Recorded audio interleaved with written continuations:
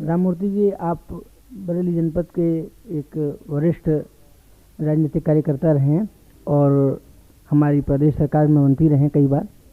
आपका स्वर्गीय गोविंद वल्लभ पंत से बहुत निकट का संपर्क रहा है, उनके साथ आपने कार्य किया है राजनीतिक जीवन में। तो मैं आज आपसे कुछ उनके संस्मरण चाहूँगा और साथ ही मैं ये भी जानना चाहूँगा कि उनके व्यक्तित्व का क्या प्रभाव या कौन सा पक्ष जो है वो आपको सबसे अधिक महत्वपूर्ण लगता है। आपने बड़ा एक महत्व का प्रश्न किया है। पंडित पंत आधुनिक जगत में जब से महात्मा गांधी जी हमारे इस देश में आए और उन्होंने स्वतंत्रता का आंदोलन छेड़ा, तभी से वो किसी न किसी रूप में उनके साथ हो लिए। और जब तक उनका शरीर अंत हुआ, बराबर वो कांग्रेस की सरकार में लगे रहे और उससे पहले वो बड़े भारी वकील थे। उस से भी तमाम लोगों की बड़ी सेवा करते रहे। ये तो सभी लोग जानते हैं कि बड़े मेधावी थे, उनकी बड़ी पर्सनैलिटी थी। वो खाली पॉलिटिशियन ही नहीं थे, स्टेट्समैन भी थे। दूर की भी सोचा करते थे और पहले से सोचा करते थे। जहाँ तक कुछ वाक़यात उनके साथ हुए वो मैं एक आध आपके सामने बता रहा हूँ। जब मैं सन 46 में यूपी असेंबली का मेंबर चुना गया तो वहाँ एक फाइनेंस कमेटी बनी, उन्होंने मुझको भी उस पर रखा। तो उस ज़माने में ये हुआ करता था कि गवर्नमेंट ऑफ इंडिया से बहुत ऐसी स्कीमें आती थीं जिसमें आधा रुपया गवर्नमेंट ऑफ इंडिया देती थी और आधा रुपया जिस स्टेट में वो स्कीम जाए वहाँ की स्टेट देती। तो मैंने कई मरतबा देखा उस कमेटी में हमारे यहाँ के अफसर, चाहे वो स्कीम हमारे यहाँ उसका कोई सदुपयोग हो या न हो, चाहे हमारे यहाँ चल रही है या नहीं चल रही है, ले लेते थे। मैंने एक रोज़ खड़े होकर पंडित जी से कहा कि साहब ये मेरी समझ में नहीं आता, जब एक स्कीम हमारे यहाँ है ही नहीं, उसका कोई सदुपयोग हमारे यहाँ नहीं है, उसका कोई अभी तक प्लान नहीं बना है, उसके बारे में कोई थिंकिंग नहीं हुई है, इसलिए चूँकि गवर्नमेंट ऑफ इंडिया का रुपया है हमें ले ही लेना चाहिए, ये मैं कोई मुझे कन्विंस नहीं करती। एकदम उनका नोटिस गया, उनका बिल्कुल ठीक कहते हैं। और फिर उसके बाद उन्होंने अफसरों से कहा कि जो स्कीमें हमारे यहाँ चल रही हैं या जिनके बारे में आपने कोई योजना बना रखी है, उससे अगर संबंधित रुपया है तो उसका लेना चाहिए, वरना वो रुपया गवर्नमेंट ऑफ इंडिया को वापस कर देना चाहिए, क्योंकि गवर्नमेंट ऑफ इंडिया और हम एक ही चीज़। एक दूसरी बात आपको सुनाता हूँ। मैं जब उनकी गवर्नमेंट में आ गया तो सिंचाई विभाग में मैं था शुरू में। तो मैं जब दौड़ों पे गया, जो हमारे काम होते थे उनको देखने के लिए बड़े अखबारों के नुमाइंदे जाया करते थे, तो मुझे पता लगा शाम को यह तो बड़ी शराब पिलाई जाती है। मैं चुपचाप उसको देखता रहा, लेकिन उसके बाद मैं लौटा तो मैंने उनसे कहा कि पंडित जी ये तो टूरिस्ट काबिल है नहीं कि इसमें मैं जाऊँ, मेरी तो रुचि के बिल्कुल ये विरोध में है। क्या हुआ? तो मैंने सब वाक़या उनको सुनाया शराब के बारे में। तो बोले अच्छा है, तो बड़ी बड़ी बात है, और इतना कहने के बाद चुप हो गए। मैंने अपने दिल में सोचा कि इतनी गंभीर बात मैंने कही और पंडित जी ने उस पर कुछ ध्यान ही नहीं दिया। कुछ बात नहीं। मैंने कहा मैं ऐसे टूर पर जाना ठीक नहीं समझ। कहले नहीं, जाना चाहिए, उससे तजुर्बा होता है, और कोई बात हो बताना। मैं दोबारा फिर गया, वहाँ वही किस्सा फिर से हुआ शराब का। फिर लौट के जब मैं आया फिर मैं उनके पास गया, मैंने उसको दोहराया तो बोले अच्छा इसको देखा जाएगा, और वो चुप हो गए। मैं चला आया।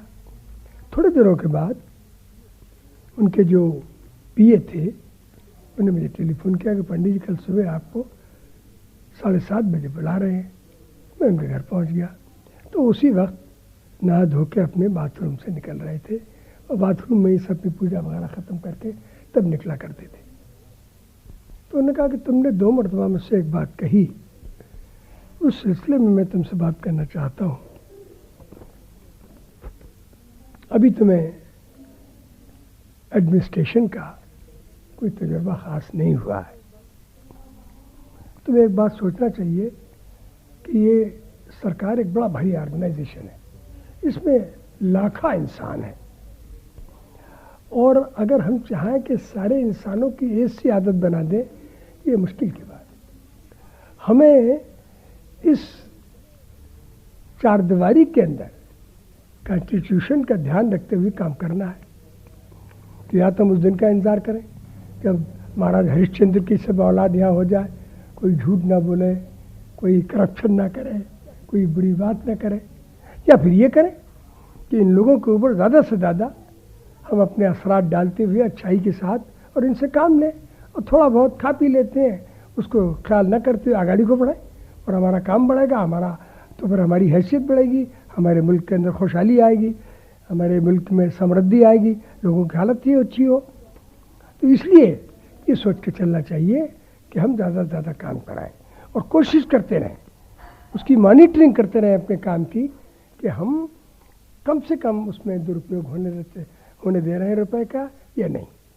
वो बात मेरे ऊपर बड़ी उसका असर हुआ और मैंने सोचा ये प्रैक्टिकल बात है और चूँकि पंडित जी को बहुत तजुर्बा है इसलिए उन्होंने ये बात मुझको समझाई, मैंने वही अपने गांठ बांध ली और बाकी ज़िंदगी जितनी मैं एडमिनिस्ट्रेशन में रहा इस बात का हमेशा ख्याल रखता, आज भी मैं उसका ख्याल करता हूँ कि ये नहीं कि सिर्फ हम क्या करते हैं, बल्कि हमको इस दुनिया में सबको लेकर साथ में चलना है, ये कोशिश करना है अपना दामन कि उस पर धब्बा न गिरे, लेकिन औरों को संभालते हुए गाड़ी को लेकर चलेंगे। और आपको एक वाक़या सुनाता हूँ, डायरेक्ट इलेक्शन उनके ज़रिए से था। हमने अपना कैंडिडेट खड़ा किया इस ख्याल से कि हमारा कैंडिडेट बड़ा ईमानदार है, बड़ा नेक है, लेकिन जब हमारा कैंडिडेट खड़ा हो गया तो जनसंघ ने उसी कौम का एक और खड़ा कर दिया और यहाँ के जो और मुखालिफ लोग जो हमारे पहले साथ थे, जो चाहते थे कि मुझे हराएं, वो लोग उनसे मिल गए, उन्हें मिलाकर एक मुस्लिम हमारे साथी थे उनको खड़ा कर दिया कर खड़े हो गए। अब चूँकि सब लोग एक तरफ हो गए, थोड़े वोटों से हम हार भी गए। उन्होंने मुझसे पूछा कि भाई हम तो समझते थे कि कांग्रेस इनविंसिबल है, लेकिन अब हम इस इलेक्शन से देख रहे हैं कि कांग्रेस में कमियां भी आ रही हैं। तो मैंने उनको बताया कि सब कमियां तो नहीं आती, लेकिन जो लोग कांग्रेस बनने का दावा रखते हैं, जो वही आपस में सबोटाज करें या तोड़ना चाहे कांग्रेस को, तो कैसे कांग्रेस मजबूत रह सकती है। तो ये बात उन्होंने बड़े उससे सोचा, उन्होंने कहा भाई इसका तो हमें बड़ा प्रबंध करना चाहिए अभी से, वरना तो कांग्रेस रोज रोज कमज़ोर होती चली जाएगी। एक और आपको वाक़या सुनाता हूँ, जब सन 52 का इलेक्शन हुआ तो यहाँ पर आए और उनकी स्पीच हुई तो बड़ी बड़ी भीड़ थी, लेकिन जनसंघियों ने बड़े नारे लगाना और ढोल पीटना और बोलने ना दें, और मीटिंग में 10-20 आदमी सामने वहीं घूमा करें और ना उठाए ना बाहर जाए और गरज के गड़बड़ करते रहे। लेकिन पंडित पंत को मैंने देखा कि बगैर इस बात का ख्याल किए हुए कि लोग सुन रहे हैं ना सुन रहे हैं, इतना हल्ला गुल्ला बोलते ही चले गए, इतनी एनर्जी के साथ बोले कि करीब करीब 40 मिनट तक वो हल्ला होता रहा और वो बोलते रहे, और नतीजा उसका ये हुआ कि फिर वो लोग चुप हो गए, और जब चुप हो गए, चुप होने के बाद फिर एक 20-25 मिनट तक वो अपनी बात कहते रहे, और आखिर वही लोग परास्त हो गए और पंडित पंत जो थे आखिर में विजयी साबित हुए और उन्हीं की कामयाबी।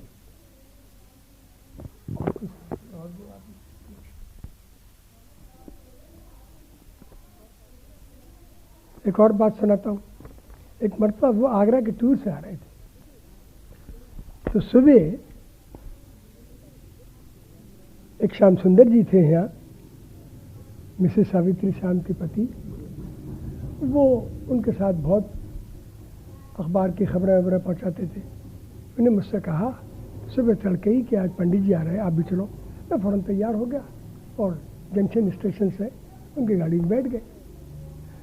तो जब मैं भोजीपुरा पहुंचा, उनके साथ मिठाई बहुत थी।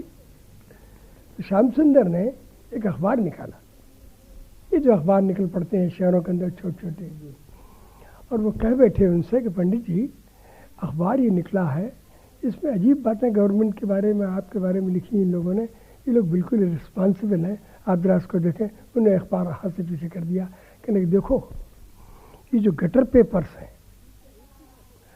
इनका एक ही पर्पस होता है कि किसी तरह से जो संबंधित लोग हैं उनके कान तक हमारी बात पहुंच जाए, और अगर उनके कान तक वो बात पहुंचती नहीं तो इनकी सारी स्कीम बिल्कुल फ्रस्ट्रेट हो जाती है, सारी इनकी उनकी बेकार हो जाती है। इसलिए इस अखबार को पढ़ना तो अलग की बात नहीं, इसको देखूंगा भी नहीं। तो मैंने भी तभी से ख्याल कर लिया कि ये जो छोटे छोटे अखबार दुनिया की खबर निकालते हैं इनको ध्यान भी नहीं देना चाहिए और उनको पढ़ना ही नहीं चाहिए। पढ़ोगे नहीं दिमाग पर असर क्या होगा। अब मैंने काफी सुना दिया। मैं आपको उनके एडमिनिस्ट्रेशन की एक आध बात बताता हूँ। एक मरतबा ऐसा हुआ, एक मिनिस्टर साहब के यहाँ लड़के की शादी हुई। उस सिलसिले से सरकार का बहुत सामान उनके यहाँ गया, स्टेट डिपार्टमेंट का और इरिगेशन डिपार्टमेंट का बहुत सामान उनके यहाँ गया, और इरिगेशन डिपार्टमेंट के अफसरान ने उसका प्रबंध भी किया। एक इंजीनियर साहब ने इस बात को बड़ा नापसंद किया। तो अच्छा तो ये होता कि वो अपने डिपार्टमेंट के ज़रिए से खबर पहुंचाते, उनने वो तो किया नहीं, कुछ एमएलए से अप्रोच करके सवाल करा दिए। सवाल में गवर्नमेंट को बड़ा एम्बेरसमेंट हुआ। पंडित पंत ने किसी से कुछ कहा नहीं, लेकिन अपना कॉन्फिडेंशियल तरीके से पता लगा लिया कि किसके ज़रिए से मामला हुआ है, किस ये एमएलए को कैसे अप्रोच किया गया है। यहाँ तक पता लगा लिया कि किन टाइपराइटर पे क्वेश्चन ये टाइप किए गए। उसके बाद उस वक्त उन्होंने कुछ नहीं कहा। बाद में उन्होंने उनके खिलाफ एक्शन ले लिया कि जो सरकारी अफसर अपने मिनिस्टर साहब के खिलाफ काम करता है, उनके ही लॉयल नहीं है, वो सरकार में कैसे काम कर सकता है। बजाय इसके कि वो ये एमएलएस की तरह से अप्रोच किया और ये सब बखंडा खड़ा किया, अगर वो सरकारी तरीके से इस बात को मूव करते वो अलग की बात है, अप्रिशिएट लोग करते। राजा उनके लिए उन्होंने सजा दे दी, डिमोट भी किया। उन्होंने अपील कर ली अपने हाई कोर्ट में, हाई कोर्ट से वो जीत आए। तो पंडित पंत ने उनके जीतने की कोई फिक्र नहीं की, ये आर्डर दे दिया कि ये अपने महकमे के अंदर सुपरिंटेंडिंग इंजीनियर तो हैं, एक कमरा दिया जाए, कोई चपरासी न दिया जाए, कोई काम न दिया जाए। 10 बजे आया करें, 4 बजे तक बैठे रहा करें और उसके बाद चले जाया करें। तो वो ऐसा कदम उन्होंने उठा लिया कि वो सारे डिपार्टमेंट में नहीं बल्कि सारी गवर्नमेंट जो थी उसमें इसकी चर्चा होने लगी, और वो बेचारे इतने जलील हो गए, डिपार्टमेंट भी इतना परेशानी में आ गया कि उसके बाद कभी किसी ने सोचा नहीं किस तरह की बात कराए। जब 1946 में कांग्रेस की सरकार बनी तो उस वक्त तक का शुरू में कोई अंग्रेज ही गवर्नर थे, मुझे उसका नाम दिमाग में नहीं आता। तो किसी मामले में उनकी और पंडित की कुछ एडमिनिस्ट्रेशन के सिलसिले में इख्तलाफात हो गए। पंडित जी बड़े पढ़ने वाले थे और फाइनेंशियल हैंडबुक के ऊपर तो उनकी बड़ी मास्टरी थी। उन्होंने अपना व्यू लिख के भेजा फाइल पर। अल्टीमेटली जब ज़्यादा क्लैश हुआ तो फाइल रेफर की गई एडवोकेट जनरल के लिए। एडवोकेट जनरल ने पंडित पंत की व्यू को माना और उनकी व्यू के लिए ठीक नहीं माना। पंडित पंत की इस तरह से बड़ी शोहरत भी हुई, इसका नाम भी बहुत हुआ और उसने गवर्नर इसको महसूस भी किया।